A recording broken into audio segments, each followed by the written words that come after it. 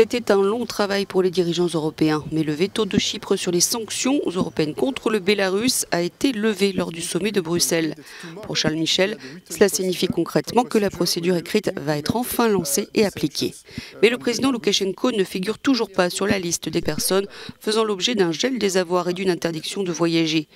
Ces 40 responsables sanctionnés sont accusés de répression contre l'opposition ou de falsification du résultat de l'élection présidentielle du 9 août, élection que l'Union européenne juge frauduleuse. Si Chypre a levé son veto, c'est parce que les dirigeants européens ont finalement adressé à la Turquie un message de fermeté assorti d'une menace de sanctions si elle ne cesse pas ses forages illégaux dans les eaux territoriales de Chypre.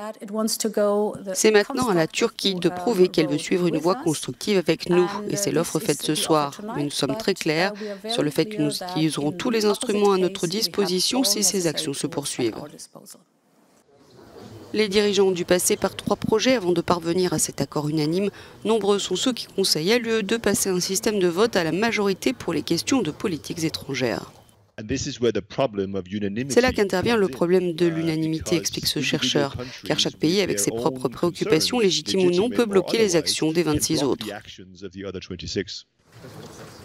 La nuit a été longue, mais on ne sait pas pourquoi Alexandre Loukachenko ne figure pas sur la liste des responsables bélarusses sanctionnés.